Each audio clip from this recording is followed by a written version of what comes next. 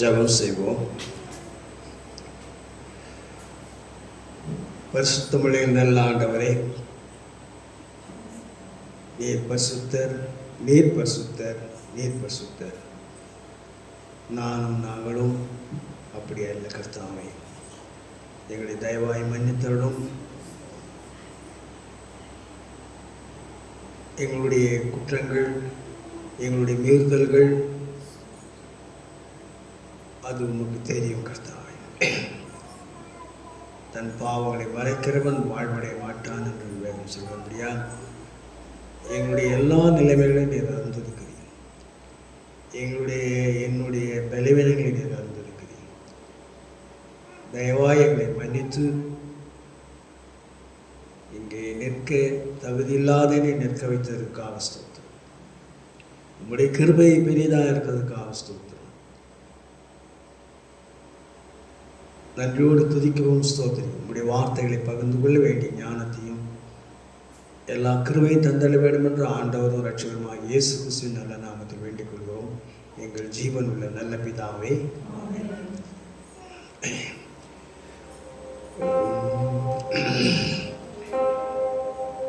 இந்த கிருபை மிகவும், கிருபை என்றாலே தகுதி இல்லாதவர்களுக்கு அந்த தகுதியை ஆண்டவர் கொடுத்தது தான் கிருபை. இங்கே நிற்க எனக்கு தகுதி கிடையாது, ஆனால் நான் நிற்க வைத்திருக்கிறேன், அது பெரிய கிருபை. ஆண்டவருக்கு அது தெரியும். உங்களையும் என்னையும் ஆண்டவர் நன்கு அறிவார். இந்த கிருபை இல்லைன்னா இன்னைக்கு நம்ம உங்கள் உயிரோடு இருக்க முடியாது.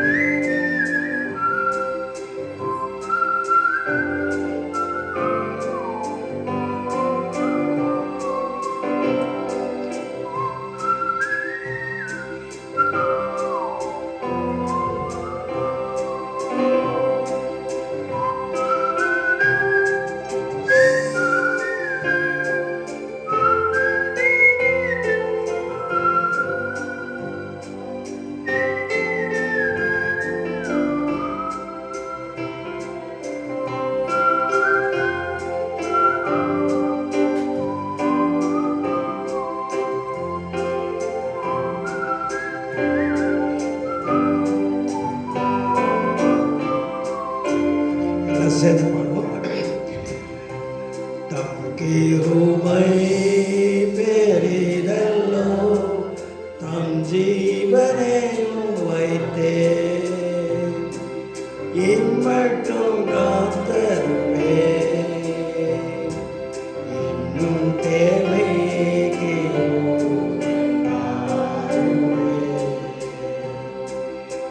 இன்னும் தேவை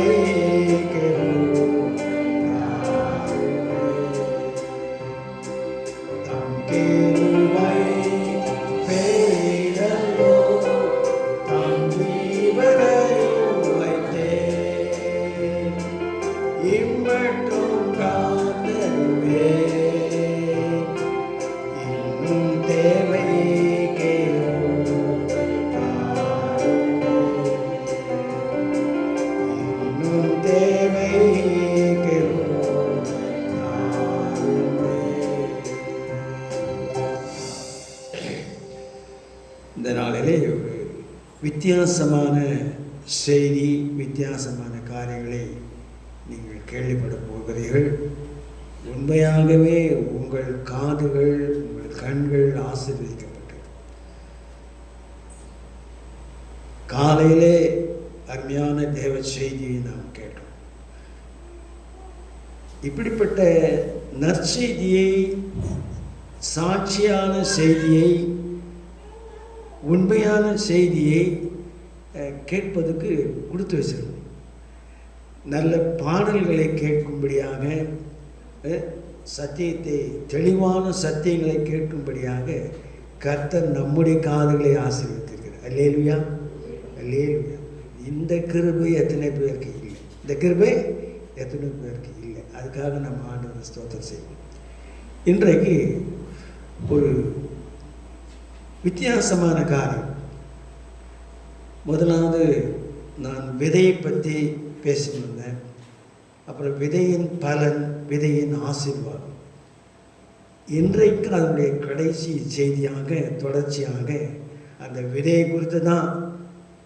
அந்த விதை எப்படியெல்லாம் வேலை செய்து, அதுக்கு ஒரு நல்ல சாட்சியை நான் முன்பாக வைக்க விரும்புகிறேன். சில புத்தகங்களை நான் வாசிக்கும்போது, இந்த மாத பத்திரிகைகளை எங்களுக்கு வருது. அதை வாசிக்கும்போது ஒரு நல்ல செய்தியை நான் கேள்விப்பட்டேன். ஒரு மிஷினரியுடைய வாழ்க்கை கேள்விப்பட்டேன். அதை நான் ஓரிரு முறை படித்தேன். இன்றைக்கு அதை நீங்கள் படிக்க கேட்பீங்க. அதுக்கு முன்பதாக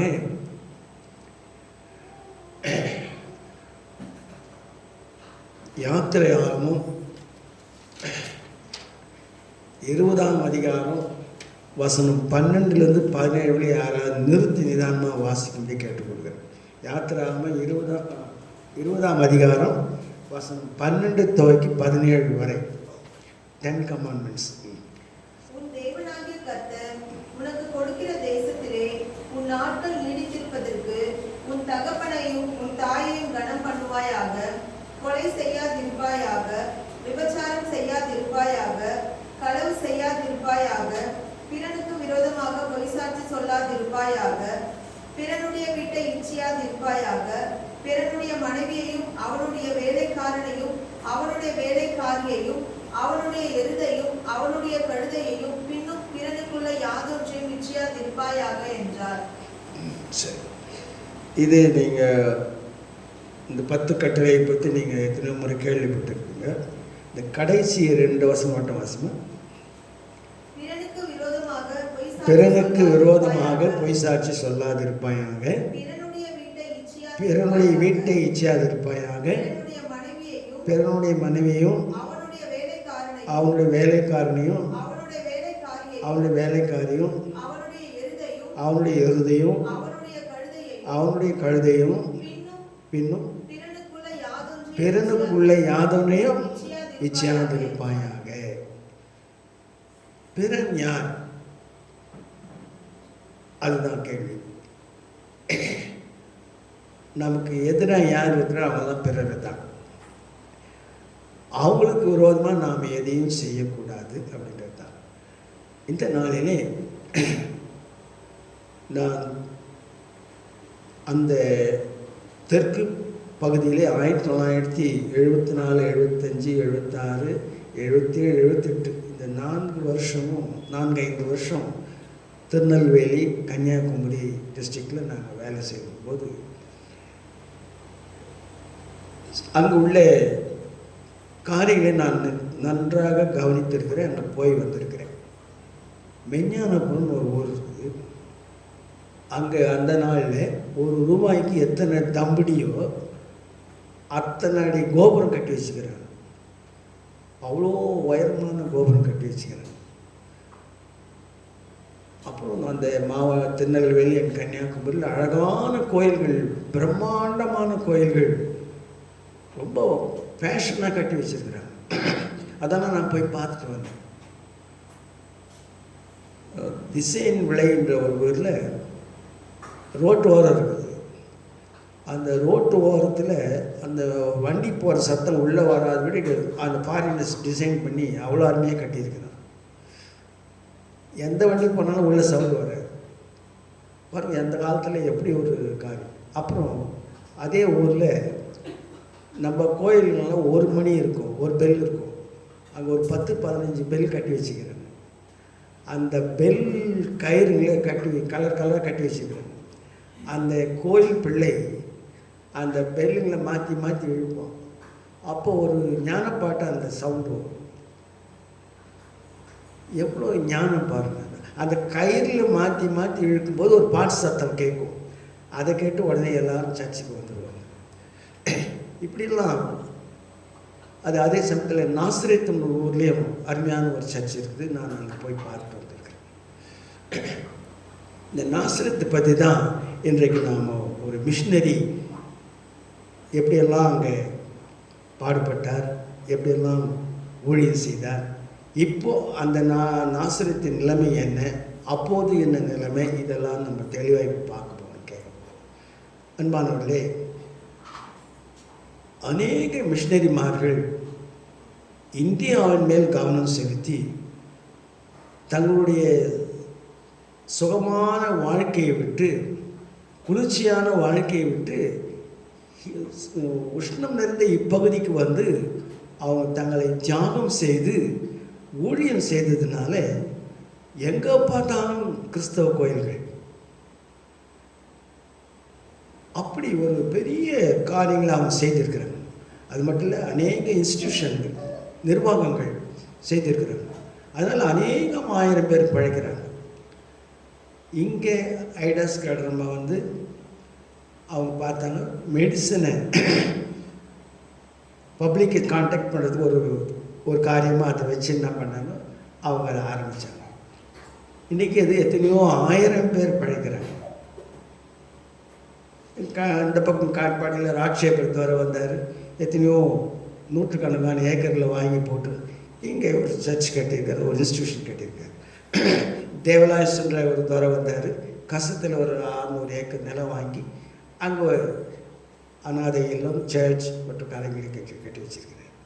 இப்படி ஒவ்வொரு மாவட்டத்திலும் வெளிநாடுகளிலிருந்து இங்கே வந்து தியாகம் பண்ணி மிஷினரிகளாக ஆத்மாக்களை ஆதாயம் பண்ணி, அப்புறம் ஆத்மாக்களுக்கு வேண்டிய பொருளாதார வசதிகளை ஏற்படுத்தி இன்றைக்கி ஏகப்பட்ட பேர் அந்த மிஷினரிகளால் அந்த சுகத்தை அனுபவிக்கிறார்கள். அது மட்டும் இல்லை, மோட்சானந்த பாக்கியத்துக்கும் அநேகரை அவங்க வழி அனுப்பிச்சிருக்காங்க. அநேகர் கிறிஸ்தவர்களாக்கி அவளை அநேகர் இறந்து போயிட்டு இருப்பாங்க. அவங்களுக்கு பரலோக ராஜ்யத்தை கொடுத்துருக்காங்க, பரலோகத்துக்கு வழி காட்டினாங்க.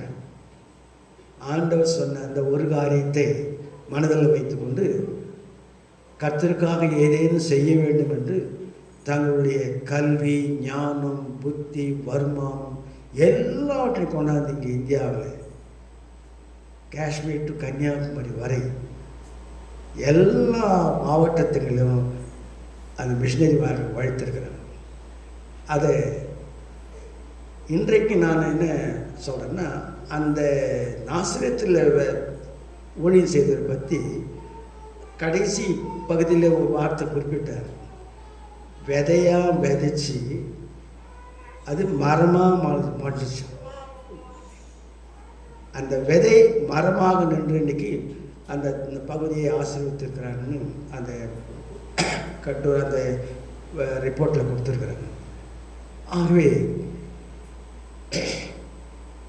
இப்போ வாஸ்தவம் 10 கட்டளைகள் வாஸ்தவம். பிறனுக்குரிய யாது ஒன்றையும் இச்சையாது இருப்பாயாக, பிறனுக்குரிய யாது ஒன்றையும் இச்சையாது இருப்பாயாக.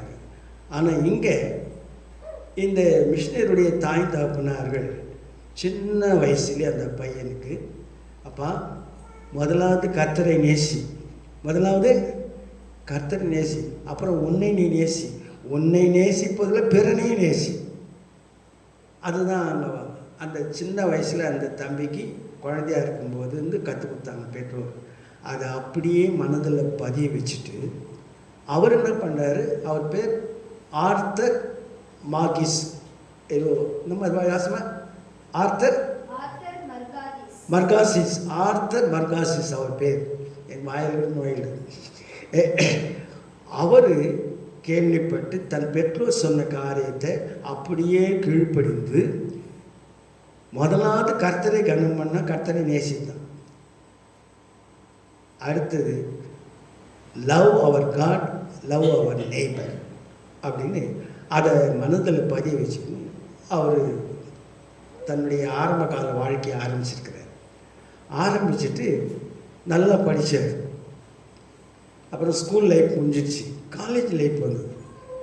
காலேஜில் நல்ல ஒரு சப்ஜெக்டை மருத்துவத்தை கண்டுபிடிச்சி டாக்டர் ஆகிட்டார். டாக்டர் ஆகிட்ட பிறகு கூட இன்னும் கொஞ்சம் அதில் ஒரு படி மேலே இருக்கணும்னு சொல்லிட்டு மெடிசன் கற்றுக்கினார்.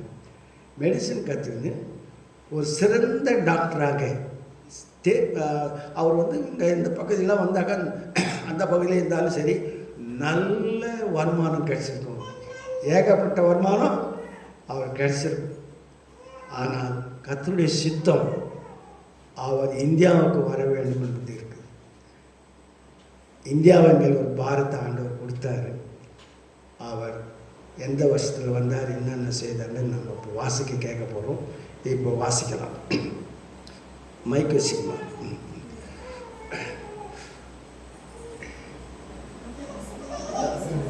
இங்கே வந்து கூட வாசிக்கலாம், அல்லது அங்கேருந்து மைக் வச்சு கூட வாசிக்கலாம். தந்தை ஆர்த்தர் மர்காசிஸ் கிபி 1852 முதல் 1908 வரை. முன்னுரை. தென் தமிழகத்தில் மிஷனரி பணியாற்றியவர்களுக்குள் இங்கிலாந்தை சார்ந்த ஆர்த்தர் மர்காசிஸ் முக்கியமானவர். தற்போது தூத்துக்குடி மாவட்டத்தில் உள்ள நாசரேத் மையமாக கொண்டு நற்பணியாற்றியவர். ஆர்த்தர் மர்காசிஸ் இங்கிலாந்தில் லாமிங்டன் என்ற கிராமத்தில் 24/12/1852 அவரது பெற்றோருக்கு 8வது மகனாக பிறந்தார். அவரது பெற்றோர் மிகுந்த தேவ பயமும் தேவ பக்தி உள்ளவர்கள். மர்காசிஸ் சிறு வயதினராக இருக்கும் போதே உன் தேவனிடத்தில் அன்பு கூறு, உன்னில் அன்பு கூறுவது போல உன்னுடைய பிறனிடத்திலும் அன்பு கூறு, love the God, love the neighbor as Jason என்ற ராஜரீக பிரமாணத்தை ராயல் லா அவருடைய பிஞ்சு இருதயத்தில் விதைத்தனர்.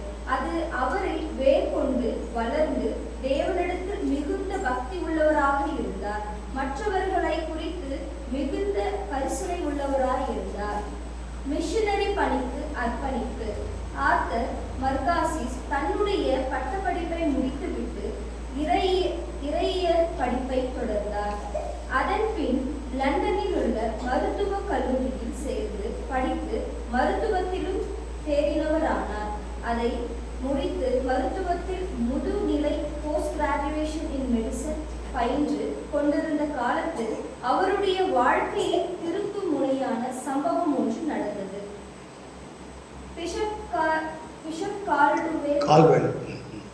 பிஷப் கால்வெல் அப்பொழுது இந்தியாவில் நெல்லை மாவட்டத்தில் இடையன்குடியை மையமாக வைத்து மிஷனரி பணி செய்து கொண்டிருந்தவர் லண்டனுக்கு சென்றிருந்தார்.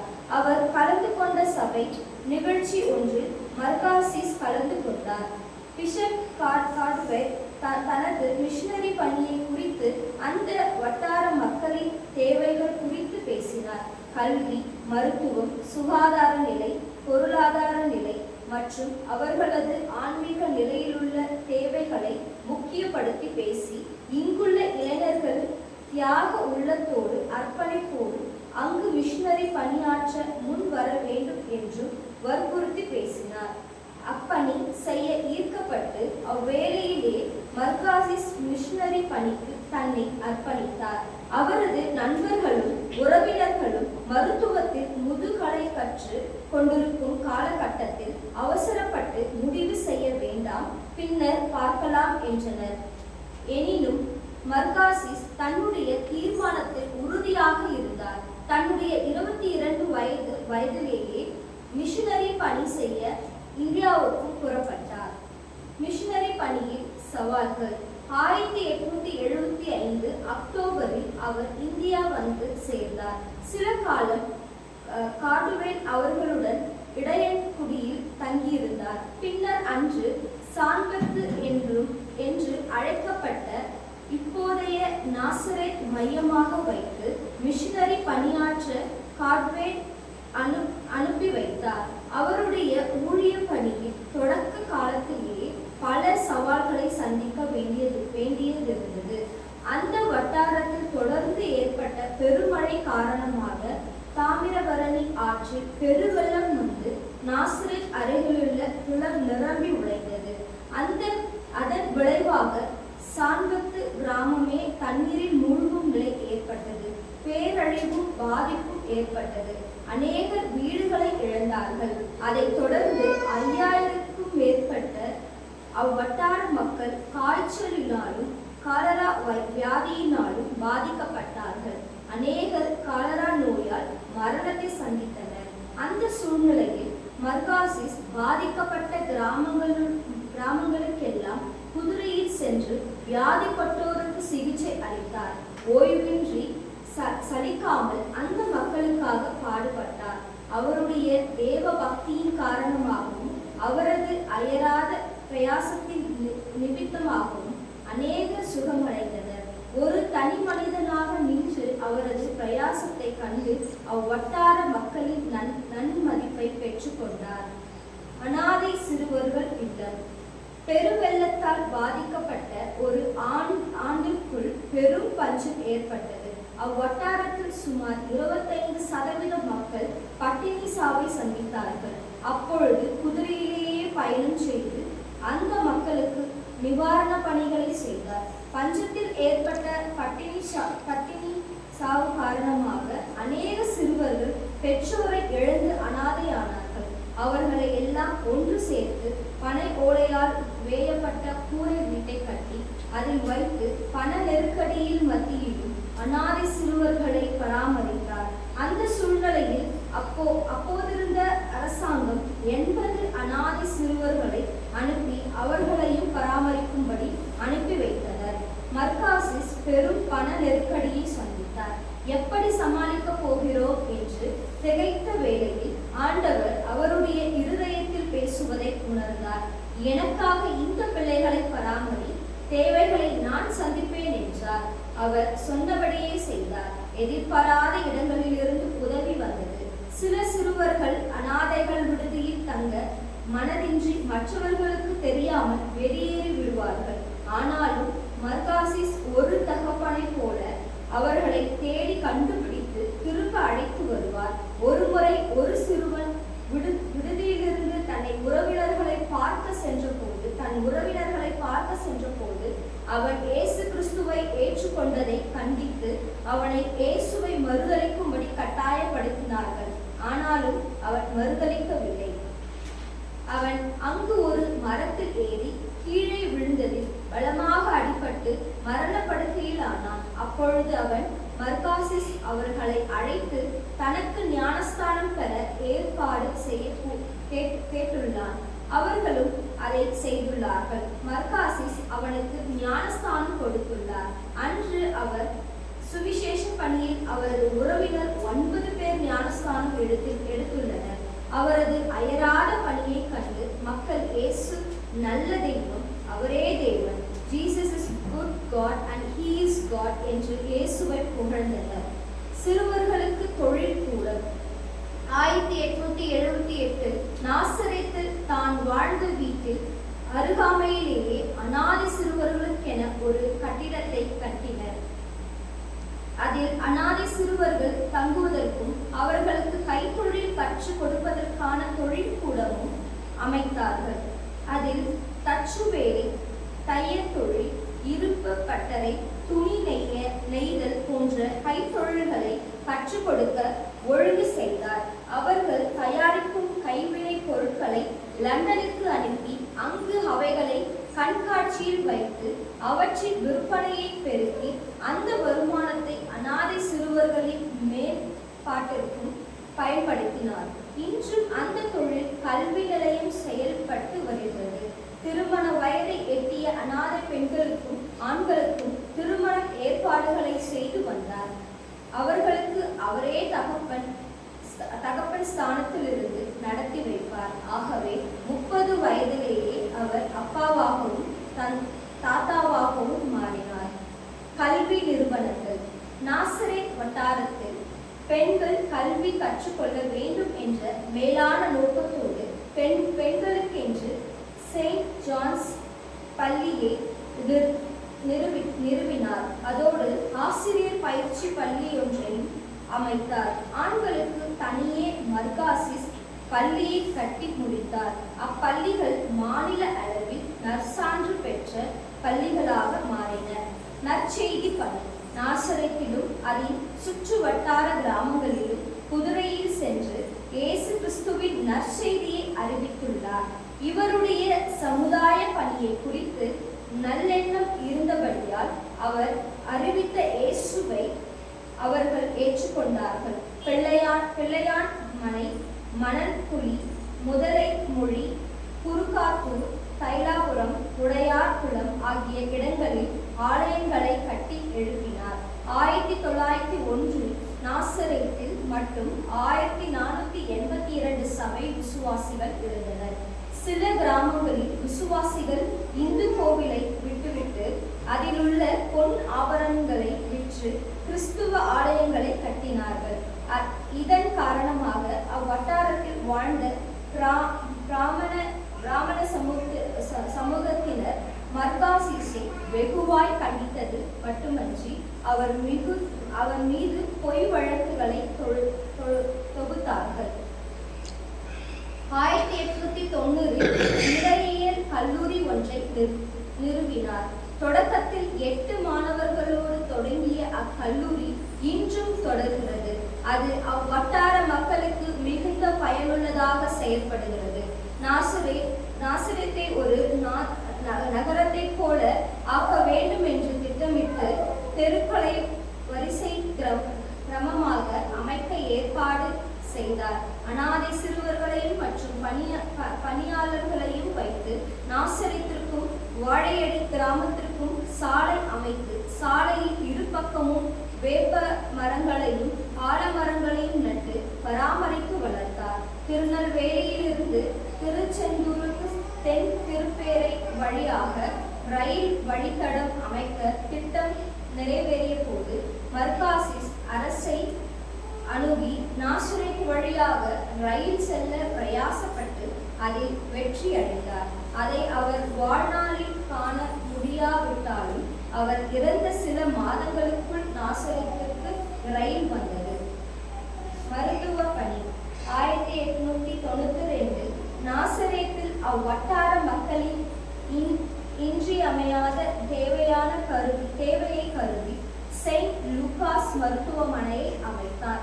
சுமார் 20 முதல் 30 மைல்களுக்கு அப்பாலுள்ள மக்கள் அம்மருத்துவமனையை பயன்படுத்தி சுகமடைந்தனர்.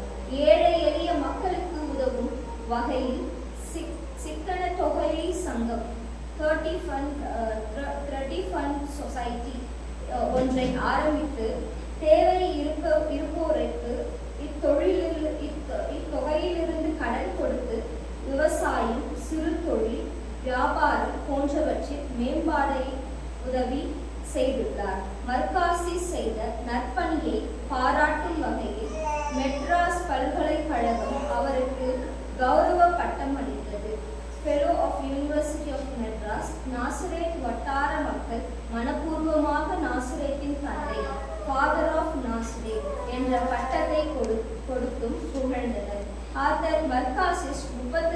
ஆண்டுகள் தனது தன்னலமற்ற வரலாற்றிலிருந்து அழிக்க முடியாத அரிய செயல்களை சபைக்கும் சமுதாயத்திற்கும் ஆற்றியுள்ளார். மத ரீதியிலும் காலசார பண்பாட்டு ரீதியிலும் அவர் ஆற்றிய நற்பணி காலத்தால் மறக்க முடியாதது. அவர் ஒரு மிஷனரி மாத்திரமல்ல, அவர் ஒரு மருத்துவர், கல்வியாளர், தத்துவ ஞானி, வழிகாட்டி, அநேகரின் நண்பர் மற்றும் தாராள மனதுள்ள பரோபகாரி. 1908ஆம் ஆண்டு தான் நற்பணி ஆற்றிய அதே மண்ணில் மரணம் அடைந்தார். அவர் செய்த நற்கிரியைகள் பின் சந்ததியினரும் அறியும் வகையில் பரவிக்கொண்டே இருக்கிறது. அவர் மரித்தாலும் நாசரேத் ஆலய வளாகத்தில் இருந்தும் அவர் புதைக்கப்பட்ட கல்லறை இன்றும் பேசிக் கொண்டிருக்கிறது. அவர் கட்டிய ஆலயங்களும் பள்ளிகளும் மருத்துவமனையும் தொழிற்பேட்டையும் இன்றும் பேசிக் கொண்டிருக்கின்றன. சிறு வயதில் அவரது பெற்றோர் ஊற்றிய வித்து முளைத்தது, செடியாகி மரமாகி இன்று அவரது நற்பணிக்கு நிரூபமாக இருக்கின்றன. தேங்க்யூ. பாருங்கள், ஒரு இங்கிலாந்தில் பிறந்து டாக்டர் ஆகி அப்புறம் அதில் முதுநிலை பெரிய மெடிசன் படித்து பெரிய டாக்டர் ஆகி இன்னும் அந்த பகுதியிலே ஒரு இங்கிலாந்து பகுதியிலே ஒரு வேலை செய்திருந்தாலும் எக்கச்சக்கமாக சம்பாதிச்சிருப்பார். ஆனால் அந்த பெற்றோர் ஒரு விதையை வச்சான். முதலாவது ஆண்டவரை நேசி, அப்புறம் உன்னை நேசி, உன்னை நேசிப்பது போல் பிறனையும் நேசி. பிறனுக்கானவனை தனக்கானவர்களை பிறனுக்கானவர்களை நோக்குவானாக என்று வசனம் சொல்கிறபடி அந்த பெற்றோர் அவரை வளர்த்தாங்க. அவருக்கு கல்யாணம் ஆச்சா, பிள்ளைங்க பிறந்தா அதெல்லாம் தெரியாது. ஆனால் அவர் தன்னை தியாகம் செய்து எத்தனை காரியம், சுமார் 12 காரியம் நான் எழுதி வச்சிருக்கிறது. 12 காரியம் அவர் செய்திருக்கிறார். எல்லாம் பெரிய பெரிய ஸ்தாபனங்கள். லூகாஸ் மருத்துவமனை, சிறுவர்களுக்கான ஹாஸ்டல், தொழிற்கூடம், இப்படி நிறைய செய்திருக்கிறார். இதுக்கு ஆண்டவருடைய கிருபை அவருக்கு இருந்தது. ஆண்டவருடைய கிருபை, அழைப்பும் இருந்தது, கிருபையும் இருந்தது. அவர் மட்டும் இல்லை, ஏராளமான பேர் இந்தியாவுக்கு, இது 1800 செல்லிலிருந்து, அந்த 1800லேருந்து நீங்கள் பார்த்தீங்கன்னா நிறைய மிஷினரிமார்கள் ஜெர்மன்லேருந்து, சுவிட்சர்லாந்துலேருந்து, ஆஸ்திரேலியாவிலேருந்து, அமெரிக்காவிலேருந்து, எல்லா தேசத்துலேருந்தும் இந்தியாவுக்கு வந்து அவங்க ஊழியம் செய்து பொருளாதார வசதி ஏற்படுத்தினாங்க. முதலாவது பொருளாதாரம் தேவைன்ட்டு இந்தியர்கள் ரொம்ப ஏழ்மை நிலையில் இருக்கிறாங்கன்னு சொல்லி பொருளாதார வசதி அவங்களுக்கு ஏற்படுத்தி தந்து, அதுக்கப்புறம் சத்தியத்தையும் சொல்லி அவங்க கிறிஸ்தவர்கள் ஆக்கி இன்றைக்கி அவங்க மூலமாக எத்தனையோ 1000 கிறிஸ்தவர்கள் இன்றைக்கி உலகத்தில் இருக்கிறாங்க. அதுக்கு சாட்சியாக இருக்கும். இங்கே ராட்சேபர் சர்ச்சில் ராட்சேபர் வந்து இந்த பக்கத்தில் ஒரு நிறைய 100-200 ஏக்கர் வாங்கி கோயிலை கட்டி இருக்கிறாங்க. அதே போல் ஐடாஸ்கர் ராணிப்பேட்டில், வெள்ளூரில் எல்லாம் இப்படி அவங்க பொதுமக்களையும் பொருளாதாரத்தில் உயர்த்தினாங்க. அது மட்டும் இல்லாத அவங்களுக்கு இயேசுவையும் கற்றுக் கொடுத்தாரு. அது எவ்வளோ பெரிய தியாகம் பாருங்க. இப்போது நான் உங்களோட பகிர்ந்து கொள்ளுற விஷயம் என்னென்னா, அவங்க கடமையை செய்து முடித்தாங்க. நாமும் நம்மால் என்ன செய்ய முடியுமா? முடியாதா? யோசனை பண்ணி ஏதாவது ஒரு சின்ன காரியம், ஒரு சின்ன ஊழியம், ஒரு ஆத்மாவை நாம் சம்பாதித்தால் போதும். ஒரு ஆத்மாவுக்கு சுவிசேஷத்தை சொல்லி இயேசு கிறிஸ்துவை அறிமுகப்படுத்தி ஒரு ஆத்மாவை நீ ஆலயத்தை கொண்டு வரும்போது பரலோகத்தில் மிகுந்த சந்தோஷம். அவங்க நல்ல வசதியாக இருந்தாங்க, அந்த பாரத்தோடு வந்தாங்க, ஏராளமாக செய்தாங்க. அவ்வளோ நம்மளால் முடியாது தெரியாது. ஆனால் உனக்கும் எனக்கும் ஆண்டவர் கொடுத்த வரத்தை கொண்டு, பலத்தை கொண்டு, ஞானத்தை கொண்டு என்ன செய்ய முடியும்? முடியுமா முடியாதா? ஏதாவது செய்ய முடியும் அப்படின்ற தீர்மானம் பண்ணி நீங்கள் ஜெபம் பண்ணுங்க. முதல்ல ஆண்டவரே, அந்த ஆர்த்தர் மகாசீஸ் அவரை பயன்படுத்தும்போது என்னையும் பயன்படுத்து சாமி, ஐடாஸ் கிளர்மாவை பயன்படுத்தும்போது எங்களையும் பயன்படுத்து சாமி, அநேக மிஷினரிகள் போல் எங்களையும் பயன்படுத்து சாமி அப்படின்னு நீங்கள் ஜெபம் பண்ணிங்கன்னா நிச்சயமாய் ஆண்டவர் உங்களுக்கும் அந்த கிருபையை தருவார். தரமாட்டாரா? தருவார். அவங்க பெருசாக செய்தாங்க, நம்ம பெருசாக செய்யணுன்ற அவசியம் இல்லை. ஒரு சின்னதாக செய்யும். ஒரு 10 பேருக்கு சுவிசேஷன் சொல்லு.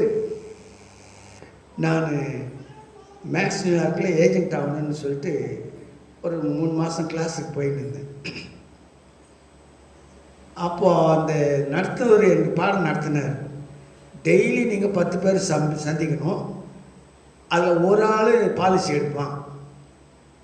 பாருங்கள், உலகத்தான் கற்றுக் கொடுக்குறான். டெய்லி நீ 10 பேர் சந்தி, அப்போ ஒரு ஆள் பாலிசி எடுப்பான். அந்த மாதிரி நீங்கள் 10 பேர் செய்தால் 10 பேர் பாலிசி எடுப்பாங்க, 100 பேர் செய்தால் 100 பேர் பாலிசி எடுப்பாங்க அப்படின்னு சொல்லிட்டு அநேக ஏஜென்ட்டுகளை ஆரம்ப காலத்தில் அதில் நானும் ஒருத்தனாக போய் கிளாஸ் கலந்துக்கினேன். அதுக்கப்புறம் நான் அதில் இன்ட்ரெஸ்ட் எடுத்துக்கிச்சு. அவனுடைய குறிக்கோள் பாருங்கள், 10 பேர் சந்தி ஒரு நாளைக்கு. ஆகவே உலகத்தான் எவ்வளோ ஞானமாக செய்துட்டு போட்டோம். ஆனால் நம்ம என்ன செய்யணும்? நாம் இந்த உலகத்தை விட்டு போகிறதுக்கு முன்னால் நம்மால் ஏதாகிலும் ஆண்டவருக்காக செய்ய முடியுமா? காலையில் பிரசங்கம் பண்ணார். அவர் வந்து கடவுள் என்னோடு இருக்கிறார்ன்ற ஒரே குறிக்கோளில் அவர் அமெரிக்காவில் போய் வந்துட்டார். அது கர்த்தர் என்னோடு இருக்கிறார். அவர் சரியான அப்படி பிளான் பண்ணல, ஆனாலும் கர்த்தர் என்னோடு இருக்கிறார்ன்ற ஒரு தைரியத்தில் போய் சேர்ந்தார். திருப்பி வந்து சேர்ந்தார். அந்த மாதிரி ஒரு தீவிரம் காட்டி ஆண்டவருக்காக ஏதேனும் செய்ய வேண்டும். இப்போ அவர் நல்ல நிலையிலிருந்து அநேக ஊழியர்களை தாங்கி கொண்டு வருகிறார். ஆகவே அன்பானவர்களே, ஆண்டவர் நம்மை வழிநடத்த வேண்டும். அதுக்கு நாம் ஜெபம் பண்ணணும். முதலாவது ஜெபம் பண்ணணும். என்னையும் பயன்படுத்து சாமி. நான் காலையில் 5 மணிக்கு எழுந்து ரெடியாகி கசம் போயிட்டு அப்புறம் இங்கே வந்துட்டு திருப்பி இங்கே வந்துருக்கேன். ஆகவே ஆண்டவருக்காக ஏதாவது செய்யணுன்ற ஒரு நோக்கம் இருக்கிறதுனால தான் அன்பானவர்களே, அந்த விதை, அந்த பெற்றோர் விதைச்ச விதை, உன்னை நேசி, முதலாவது ஆண்டவரை நேசி, பிறரையும் நேசி, பிறருக்காக ஏதாவது செய். இப்போ நம்ம வந்து பெருசாக எதுவும் செய்ய வேண்டாம். நம்முடைய உறவினர்கள் ரட்சிக்கப்பட நாம் என்ன செய்கிறோம்? நம்முடைய இரத்த கலப்பினர் ஆண்டவரை ஏற்றுக்கொள்ள நாம் என்ன செய்ய போகிறோம்? ஒருவேளை நம்முடைய இனத்தார் கர்த்தருக்கு விரோதமானவர்களாக கூட இருக்கலாம், எகெயின்ஸ்டாக கூட இருக்கலாம். அவங்களுக்காக ஜெபம் பண்ணணும். அவங்களுக்காக அவங்கள என்ன பண்ணணும்? அநீதிக்கு கூலினால ஆண்டவரை அவர்களை ஆத்மாக்களை ஆதாயம் பண்ணுவார். அவங்கள ஃப்ரெண்ட்ஷிப் ஆக்கி நீ சொன்னால் கேட்குற அளவுக்கு அவங்களுக்கு ஒரு நல்ல நிலையை உண்டாக்கி சர்ச்சுக்கு வாப்பா, ஆண்டவர் சமூகத்துக்கு வா, கர்த்தர் உன்னை ஆசீர்வதிப்பார். அப்படி நாம் ஏதேனும் செய்யும்போது நிச்சயமாய் மிஷினரிகள் செய்ததை காட்டிலும் நாம் அதிகமாக செய்யலாம். நான் என்னை போட்டு பெருமைக்காக சொல்ல, 2000 கிராமங்களுக்கு நாங்கள் கருணாமூர்த்தி படத்தை காட்டியிருக்கோம். அதுவும் மலை, இப்போ எல்லா மலை, தமிழ்நாட்டில் இருக்கிற எல்லா மலையும் ஏறி இறங்கியாச்சு. கொல்லிமலை, ஜவ்வாது மலை, சேவலராய மலை, அந்த மலை, இந்த மலை, எல்லா மலையில் இருக்கிற கிராமங்களையும் நான் போய் சுவிசேஷம் அந்த கருணாமூர்த்தி படத்தை காட்டிட்டு கடைசியாக சுவிசேஷம் அறிவிச்சிருக்கோம். அப்புறம் ஓப்பனர் கூட பண்ணியிருக்கோம். ஆகவே நிச்சயமாக எங்களுக்கு அதுக்கு ஒரு ஆசீர்வாதத்தை ஆண்டவர் வச்சிருப்பார். நாங்கள் எங்கள் சொந்த ஊரில் முதல் ஊழி எங்கள் அப்பா பேரில் ஒரு ஊழி ஆரம்பித்தோன்னே சாமுவேல் சுவிசேஷ ஜெபக்குழுன்னு ஆரம்பித்து முதல் 1997 அந்த எங்கள் ஊரில் போய், அது ஐதீகம் பிடிச்ச ஊர், இன்னும் சொல்லணும்னா ஆர்எஸ்எஸ் இருக்கிற இடம். அது 33 தெரு, 33 கோயில், 33 குளம், அவ்வளோ தெய்வ பயமுள்ள இடம். அது அவ்வளோ வைராக்கியம் உள்ளவங்க. அப்பேற்பட்ட இடத்துல 33 தெருவில் அருமை தேவதாசன் ஜாக்கப்பையா அவரை கூட்டின்னு போய் முட்டி போட்டு சுவிசேஷம் அறிவிச்சிட்டு வந்துட்டு, இனிமேல் ஆம்பாடு அது அவன் ஏற்றுக்கொண்டாலும் ஏற்றுக்கொள்ளலாம் ஆம்பாடு. ஆனால் நம்ம செய்ய வேண்டியது செய்திடணும் அப்படின்னு சொல்லிட்டு முதல் தீர்மானம் நான் தான் கொண்டாந்தேன். நம்ம ஊரில் போய் ஊழியம் செய்யலாம். ஆகவே நம்முடைய எண்ணத்தாரை கொடுத்த பாரம் நமக்கு இருக்குதா? நம்முடைய இரத்த கலப்பினரை கொடுத்த பாரம் நமக்கு இருக்கிறதா? நம்முடைய சிநேகத்தை குறித்த பாரம் நமக்கு இருக்கிறதா? நம்மோட பழகுகளை கொடுத்த பாரம் நமக்கு இருக்கிறதா? நேர்முகமாக செயல்கள் மறைமுகமாக செய்யலாம். நேர்முகமாக செய்யலாம் கூட மறைமுகமாக கூட. நான் ஒரு முஸ்லீமுக்கு என்ன பண்ணேன், ஒரு புக்கும் கிடச்சிச்சு எனக்கு. அவர் பேருக்கு தபாலில் ரெஜிஸ்டர் தபால் அனுப்பிச்சி விட்டேன். அவர் கண்டுபிடிச்சிட்டார், இப்போ தான் செய்திருப்பாருன்ட்டு. அப்புறம் என்ன திட்டினார், என்னப்பா இந்த மாதிரிலாம் பண்ணிக்கிறேன் நீ? இல்லைப்பா, உங்கள் முஸ்லீம் இருக்கிறவங்க எங்கள் மதத்துக்கு வந்துடுறாங்க, அவங்களுடைய சாட்சி தான் அந்த புக்கில் இருக்குது, அந்த புக்கை தான் அவனுக்கு காமிச்சேன் அப்படின்னு. நான் எல்லாத்தையும் கீழ் போட்டேன். சரி, அது ஓம்பாடு. ஆகவே நேர்முகமாகவோ மறைமுகமாகவோ நாம் என்ன பண்ணோம்? சுவிசேஷத்தை அறிவிக்க வேண்டும். அன்பினாலே அறிவிக்க வேண்டும். உனக்கு அதிகாரம் கொடுத்துருந்தா அதிகாரத்தினால கூட அறிவிக்கலாம். உனக்கு வில் பவர் ஆண்டவர், அந்த வில் பவர் யூஸ் பண்ணி இயேசு கிறிஸ்துவை ஆண்டவர் சொல்கிறதுக்கு தப்பு இல்லை, சொல்லலாம். காஷ்மீர் டு கன்னியாகுமரி கிறிஸ்தவ நாடாய் மாற வேண்டும் என்ற ஒரு உள்ளத்திலே, ஒவ்வொருவருடைய உள்ளத்திலும் அந்த பாரம் இருக்க வேண்டும். எங்கேயோ இருக்கிறவங்களுக்கு அந்த பாரம் வந்து இங்கே வந்து எவ்வளோ கஷ்டப்பட்டு ஒரிசாவில் ஸ்டெயின்ஸ் அவங்க குஷ்டரோக ஆஸ்பத்திரி வச்சு அவங்க என்ன பண்ணிட்டாங்க, அங்கே கார்லேயே வச்சு கொளுத்தி போட்டாங்க. அவரையும் 2 ஆண் பிள்ளைகள். இன்னும் அந்த 2 ஆண் பிள்ளைகள் என்ன தப்பு பண்ணாங்க? ஒரு தப்பு பண்ணல. இன்னும் அந்த காரியத்துக்கு நீதி கிடைக்கல, நியாயம் கிடைக்கல. அதுதான் நம்ம தேசத்தின் சட்டங்கள். ஆகவே அன்பானவர்களே, உலகத்தான் எப்படின்னா அநியாயம் பண்ணிட்டு போட்டோம், அக்கிரமம் பண்ணிட்டு போட்டோம், அதை பற்றி நம்ம கவலைப்பட வேண்டிய அவசியம் இல்லை. நம்முடைய ஜீவியத்தில் ஒரு சில ஆத்மாக்களை நாம் ஆதாயப்படுத்தி ஆலயத்துக்கு கொண்டு வரணும். அதுதான் முக்கியம். இப்போ நம்ம 4-5 பேர் தான் இருக்கிறோம். இந்த 4-5 பேர் இங்கே கொஞ்சம் பேர் தான் இருக்கிறோம். உதாரணத்துக்கு 10 பேர் இருக்கிறோம்னு வச்சுக்கணும். இந்த 10 பேர் 10 ஆத்மாக்களை கொண்டாந்தா 20 ஆயிடுச்சு. அந்த 20 பேரை கொண்டாந்தா 40 ஆயிடுச்சு. ஏன் சொல்கிறேன்னா, ஆண்டவருடைய வருகை மிகவும் சமீபம். ஆண்டவர் வருகை மிகவும் சமீபம். உலகத்தில் நடக்கிற காரியங்கள்லாம் பார்க்கும்போது நிச்சயமாக அவருடைய வருகை மிகவும் சமீபமாக இருக்குன்னு தான் நான் சின்ன பையனாக இருக்கும்போது சொல்லியிருந்தா இருந்தாங்க, ஏசாமி வந்துடுவார். அவர் சொன்னார் கண்டிப்பாக வருவார்னா வந்துடுவார். அவர் வரும்போது நாம் ஆயத்தமாக இருக்கிறோமா அல்லது மற்றவர்களை ஆயத்தப்படுத்தி இருக்கிறோமா? இதுதான் கேள்வி. நோவாவும் அவன் குடும்பத்தார் ரட்சிக்கப்பட்டார்கள். ராகாப் பெண்ணை பேசி தன் குடும்பத்தாரை ரட்சிப்பில் கொண்டு வந்தது. இப்படி யோபு தன் சாட்சியாய் வாழ்ந்ததுனால தன் குடும்பத்துக்கு எவ்வளோ இழந்தான். அவனை போய் நஷ்டப்பட்டவங்க யாருமே இருக்க மாட்டாங்க. ஆனால் அவ்வளோ ரத்தத்தினே ஆண்டவர் திருப்பி கொடுத்தார். ஆகவே நீங்களும் நாம் கர்த்தருக்கு உண்மையாய் ஒரு வைராக்கியமாய் நாம் ஆண்டவருக்காக ஏதேனும் செய்யும்போது அநேக ஊழியங்கள் இருக்குது. அந்த ஊழியங்களை தாங்கலாம். நல்லவங்களாம் உண்மையாக செய்கிறாங்களான்னு பார்த்தா அவன் தாராளமாக அவனுக்கு ஊழியம் செய்யலாம். இன்றைக்கி பாருங்கள், ஐயா சொன்னார், 1,00,000 அந்த சர்ச் கட்ட அவர் கொடுத்தாரு. அந்த எண்ணத்தை அவர் கொடுத்தார் ஆண்டவர். ஆகவே நீங்களும் நானும் ஆண்டவருக்காக ஏதேனும் செய்யணும். அதுதான் விதைக்கிறது, அதுதான் விதைக்கிறது. அந்த நாசரேத்து தந்தைன்னு பேர் வாங்கின அவருக்கு என்ன சொல்கிறார்? விதைச்சி மரமாயிடுச்சு, விதைச்சி முளைச்சி செடியாய் மரமாயிடுச்சு. அவர் எங்கள் தந்தை. நான் அந்த சர்ச்சுக்கு போனால் அந்த கலரை நான் பார்க்கவே இல்லை. எத்தனையோ சர்ச்சு திருநெல்வேலி பகுதியில் நான் போயிருக்கிறேன். இடையங்குடியில் நான் 3 மாதம் இருந்தேன்.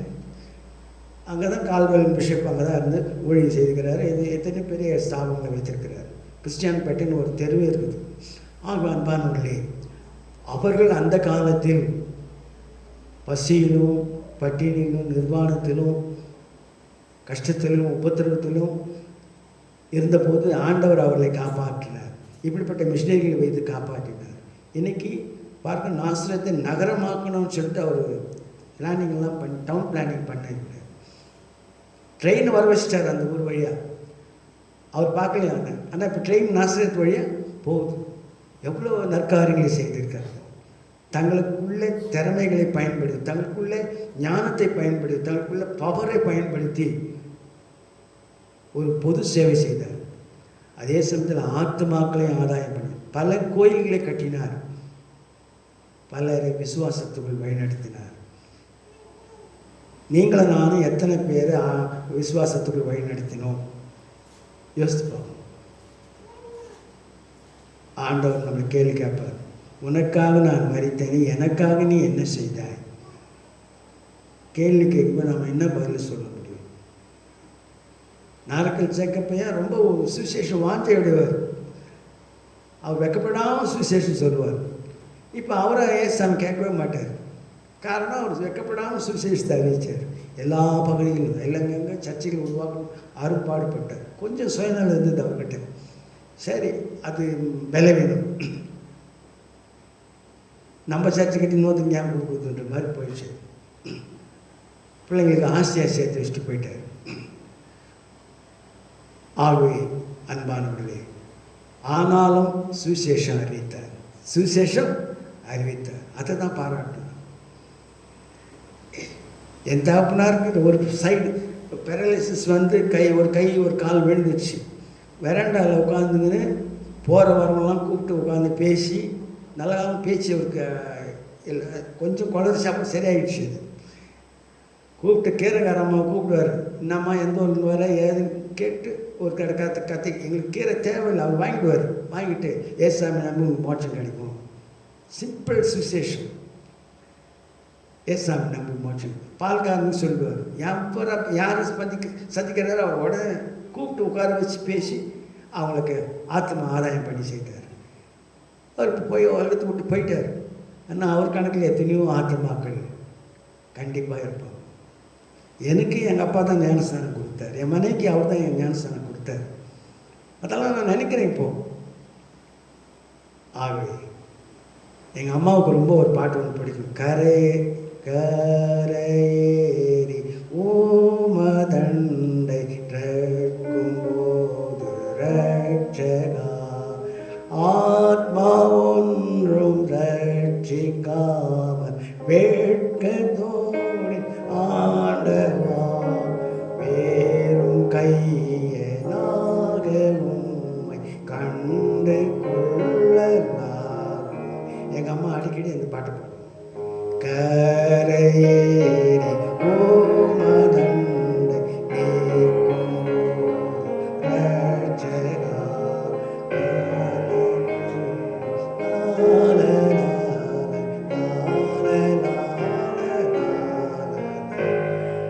ஆத்மா ஒன்றும் ரட்சிக்கா வேட்கத்தோடு ஆண்டவா வேறும் கையனாக கண்டு கொள்ளலாம். வெறும் கையாய் நீ ஆண்டவரை சந்திக்கக்கூடாது. எங்கள் அம்மாவுக்கு யார் யாருக்கு காசு கொடுக்குறாங்களோ அதெல்லாம் சேர்த்து வச்சிருந்து எங்கள் அப்பா செத்துட்ட உடனே 97 ஒவ்வொரு வருஷத்துக்கு ஒரு தடவை நாங்கள் ஒரு 10 நாள் ஊழியம் வைப்போம் எங்கேயாவது ஒரு இடத்துக்கு போயிட்டு. அந்த 10 நாள் ஊழியத்துக்கு அவங்க துட்டு சேர்த்து வச்சுருந்து 1000 ரூபாய் 2000 ரூபான்னு எங்கள் தம்பிக்கிட்ட கொடுப்பாங்க. இப்போ அவங்க கணக்கில் எத்தனையோ ஆத்மாக்கள் இருக்கும். எங்கள் அம்மா வெறும் கையை போய் ஆண்டவரை சந்திச்சிக்க மாட்டாங்க. அவங்களுக்கு அந்த பார்வை வந்தது, வெறும் கையை நான் ஆண்டவரை சந்திக்கக்கூடாது அப்படின்னு சொல்லி இந்த பாட்டை அடிக்கடி பாடுவாங்க. எங்கள் தகப்பனாருக்கு அந்த ஊழிய வாஞ்சை இருந்தது. கடைசி வரையில் ஊழிய வாஞ்சை இருந்தது. சுவிசேஷ ஊழியராக இருந்தார், கிராம ஊழியர் தான் செய்தார், காலட்சேப ஊழியம் தான் செய்தார், சபை ஊழியம் தான் செய்தார். அடியேனும் அப்படி தான் என்னை பயன்படுத்துவதற்கு நான் செய்திருக்கேன். எனக்கு ஆண்டவர் கொடுத்தது விசில் வரத்தை வச்சு நான் சிடி போட்டு அதை ஏசிடி பண்ணி பிசிடி ஆக்கி இப்போ யூடியூப்பில் இந்த வாரத்தில் அநேகம் நிகரே இல்லாத சர்வீஸாக அந்த பாட்டு வரும். நீங்கள் கூட சவுண்ட் ஆஃப் பிரெத்துன்னு போட்டு நீங்கள் டைப் பண்ணி போட்டிங்கன்னா பாஸ்டர் ஜெயபால் பிரிண்ட் பண்ணி அந்த நிகரே இல்லாத சர்வீஸாக பாட்டு வரும். அநேக பாட்டுகள் வரும். ஆகவே அன்பானவர்களே, எனக்கு கொடுத்த வாரத்தை நான் வேஸ்ட் பண்ணக்கூடாது செய்கிறேன். இதனால நல்ல செய்திகளும் வந்துட்டே இருக்குது. காசு முக்கியம் இல்லை, வருமானம் முக்கியமே அல்ல. ஆண்டவருக்காக ஏதாவது செய்தார், ஏதாவது செய், உன்னால் முடிந்ததை செய், தன்னால் என்றதை போட்டாலும் என்று விதவை போட்டு காணி கொடுத்து ஆண்டவர் சாட்சி. அப்போ ஆண்டவர் வரும்போது நம்ம அவர் வெட்கத்தோடு பார்க்க வேண்டிய அவசியம் இல்லை. தைரியமாக பண்ணிக்கலாம். ஆண்டவரே நான் உன்னை என்னால் முடிஞ்சது செய்தேன் சாமி. கண்டிப்பாக நமக்கு அநேக கிரீடங்களை ஆண்டவர் வைத்திருக்கிறார். முதலில் மோட்சத்தில் பாக்கியம், மோட்சத்தில் இடம், 2வது அருமையான இடம்,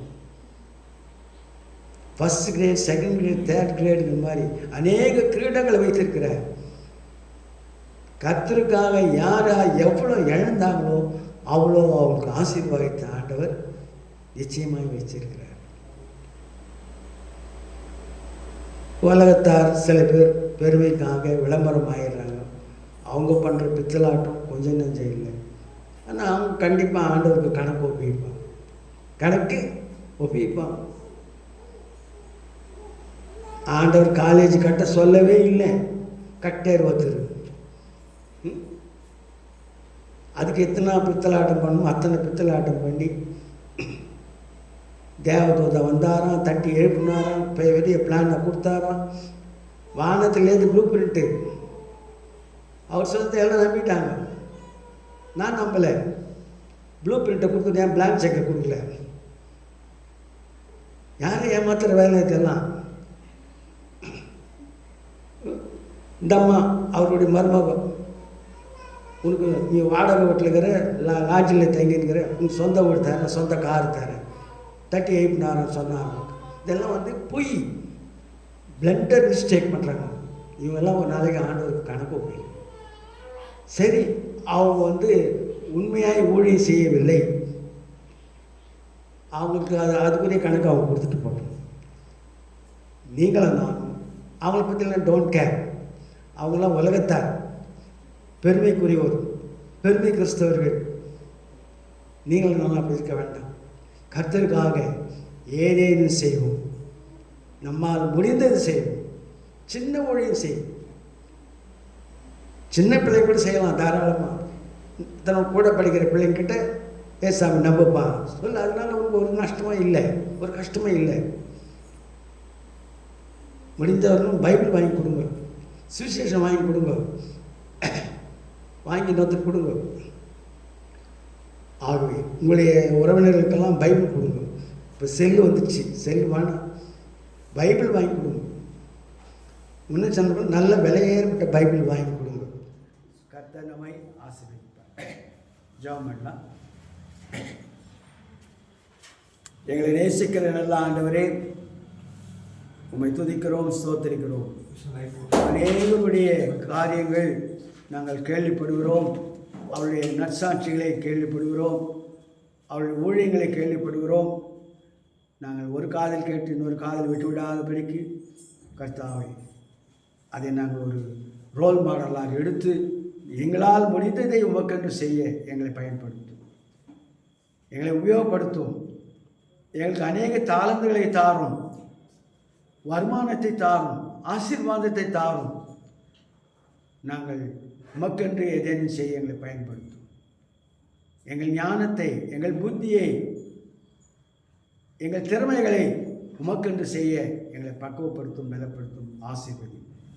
மீதியான நேரத்தை பொறுப்படுத்தும் வழிநடத்த வேண்டும் என்று ஆண்டவர் இரட்சகருமாகிய இயேசு கிறிஸ்துவின் நாமத்தில் வேண்டிக் கொள்கிறோம். எங்கள் ஜீவனுள்ள நல்ல பிதாவே.